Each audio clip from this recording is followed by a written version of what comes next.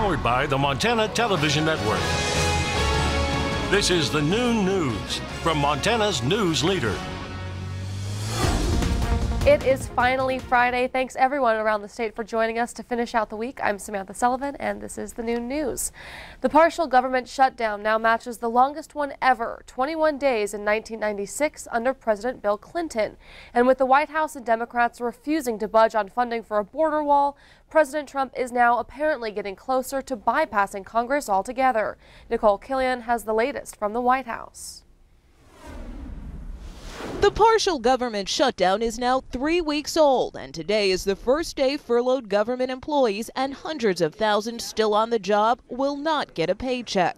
Open up the government! Do your job! Frustration is mounting. How do I not spend anything for weeks at a time because every day I don't know when the shutdown's going to end? President Trump is indicating he may end the border wall standoff by declaring a national emergency and using Pentagon money to pay for the wall. If we don't make a deal with Congress, most likely I will do that. I would actually say I would. I can't imagine any reason why not. During his campaign and after, President Trump repeatedly promised that Mexico would pay for the border wall, but now that's changed. Obviously, they're not going to write a check, but they are paying for the wall indirectly many, many times over by the really great trade deal we just made. House Speaker Nancy Pelosi is pushing Republicans to support funding bills that would reopen several government agencies. Let's have a civilized debate, and let's do so in a way that honors our values as we protect our borders. At the airports, the vast majority of TSA screeners have been on the job without pay. There's been a modest increase in the number of workers calling in sick compared to last year.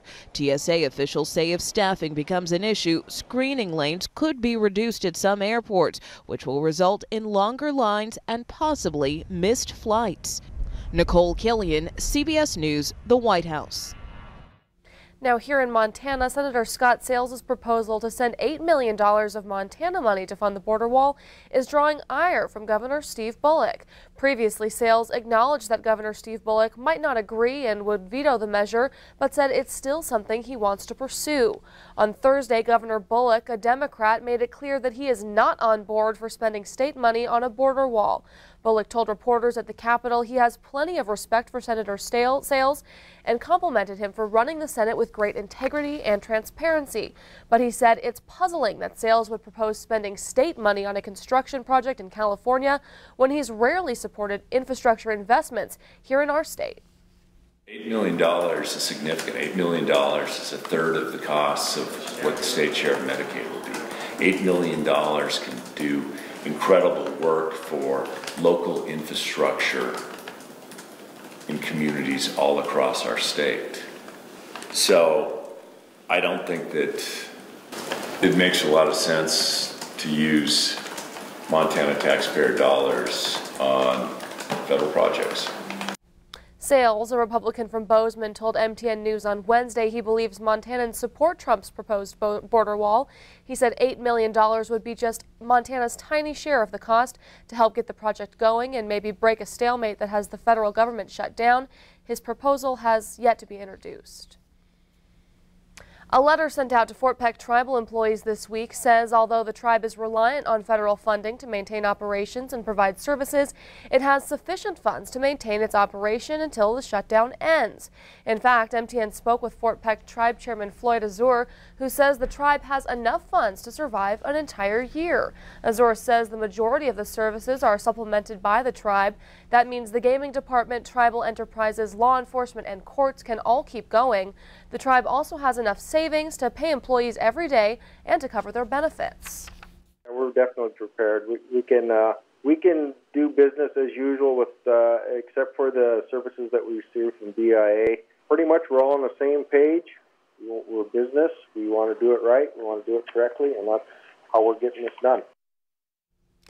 Elsewhere, Montana Democrats have announced they will sponsor a bill to extend Montana's Medicaid expansion program.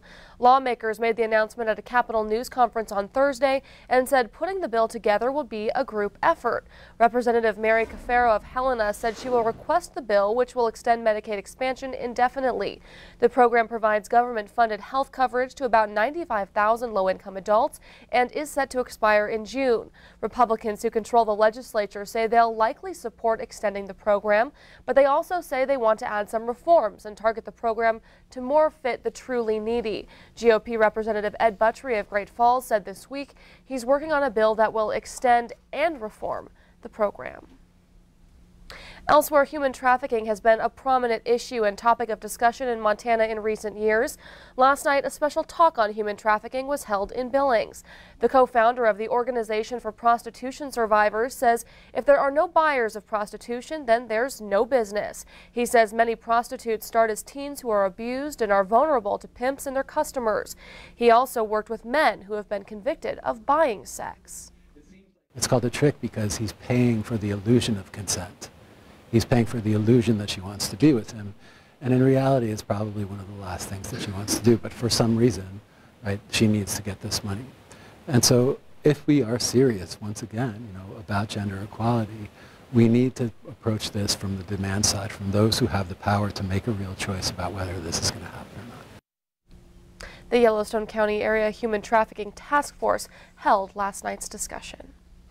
Well, now we'll turn things over to Ed in the Weather Center. Ed, it's shaping up to be a bit of a foggy weekend in the western side of the state. That's for sure. We're off that way this morning, Sammy, where we've had some persistent fog. And as you take a look at the graphic, that's anywhere from Bozeman, but especially up into the Flathead Valley. We continue to see a lot of haze across the region. So the things are still coming together to bring us more fog as we get later on into the weekend. Generally with a clear sky and calm winds and enough humidity around, it allows the heat that's close to the surface, what little there is, to start to move up in the atmosphere. That causes cooling at the surface, and as it starts to reach the dew point, then the fog forms, stays in the valleys, but you get up into the higher elevations and it's much clearer. Take a look at the forecast and how that fog will influence the weekend coming up in just a few minutes. All right, thanks, Ed. The state of Montana saw record high graduation rates in 2018. The Office of Public Instruction reports the four-year graduation rate for the 2017-2018 school year was 86.4%. That's the highest rate since 2011 when the state changed its method to calculate those graduation rates. American Indian students also achieved record high graduation in 2018 with a statewide average of 67.6%. And the number of out-of-state tourists coming to Montana was down last year, but those who did come spent more money. That's according to a new report from the University of Montana. About 12 million out-of-state tourists came here in 2018, down 2% from 2017. They spent $3.7 billion while they were here, though. All that visiting and spending supported 58,000 jobs in the state of Montana. Well, thanks so much for joining us here on the Noon News. Coming up, a young Wisconsin teenager who went missing in October after her parents were murdered has been found alive. The details on the man authorities believe is responsible. But first, Ed joins us with a look at the weekend forecast. We'll be right back.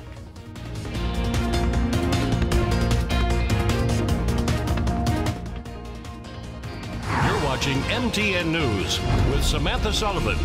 Storm Tracker weather with Ed McIntosh, and farm and ranch news from the Northern Ag Network. This is the Noon News on Q2, Montana's news leader.